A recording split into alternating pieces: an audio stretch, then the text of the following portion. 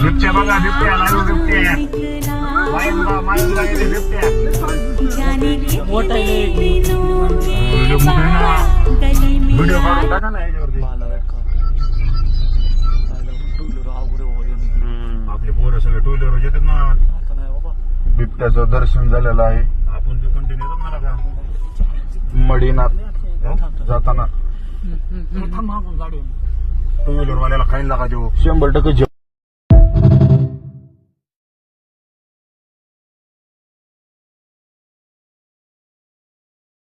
त्याच्या हाईटच्या उंचीच्या याच्यावर शिकार करतात.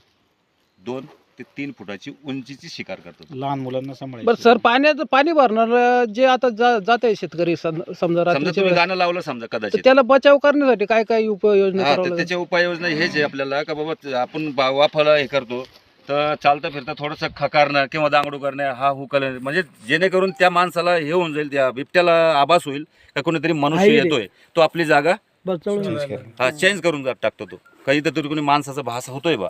किंवा मोबाईलवरती गाणे लावणे, मोबाईलवरती गाणे लावलं त्याला असं वाटतं की कोणी 1पेक्षा 2 तरी माणसं जास्त आहे. भजन वगैरे कीर्तन लावतात, जसं की 4-5 माणसाचा आवाज येतो ना त्या भजन गाण्यामध्ये, तर असं वाटतं की किती 4-5 माणसं येतो, तो आपली जागा दिशा चेंज करून घेतो तो. तर शक्यतो आपल्या जनावर याच्यावर अटॅक माणसावर करतच नाही तो, कारण तिची शिकार मी तुम्हाला पहिलेच बोललो की ते 2 ते 3 फुटाच्या अंतरावरती तिची शिकार राहते. कदाचित त्याला अटॅक कधी होतो का माणूस चुपचाप आहे, चुपचाप बसलेला आहे आणि खाली वाकून काम करतोय, वाकून त्याला असं वाटतं काहीतरी शिकार आहे डुक्कर आपलं. आहे किंवा कुत्रा आहे.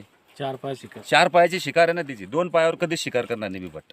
2 पायावर उंच जनावर असला कधीच नाही. एखादा बैलावर जनावर जेव्हा होतो ना अटॅक, तो बसलेला राहतो आणि झोपेल राहतो. त्यावेळेस तो पाठीमागून येऊन फाटका मारतो, जसं वळला जनावर का तो नरडा धरतो, आणि नरडा धरल्यानंतर काय होतं का त्याला रक्तच निघतो.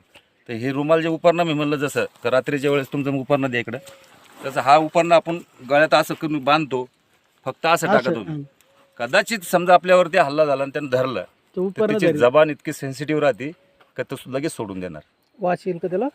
हे उपरण्यामुळे जबान कपड्याचा लगेच सोडून देतो. कारण आजपर्यंत जेवढ्या बी घटना झालेल्या आहे, जेवढं ज्याच्या गळ्यात उपरणा, दुपट्टा, साडीचा पदर हे पूर्ण वाचलेले आहे. ज्याच्या गळ्यात नाही आहे ते समजा हे झालेले आहे, घटना झालेली आहे, अशा दुर्घटना झालेल्या आहे. त्याच्यामुळे हा गळ्यात उपरणं वगैरे रात्रीच्या वेळेस जेवणाचा डबा वगैरे शेतात नेला चालतो का? काही वासना वगैरे जेवणाचा डबा नाही. मग आपल्याला शेतात जायचं समजा, प्राणी मांसाहारी प्राणी ना, मासा आणि प्राणी आहे, त्याच्यात काही संबंध नाही आहे. दुसरी गोष्ट का तुम्ही शेतात समजा आपल्याला इथं नेहमी यावं लागतं, तर आपलं टायर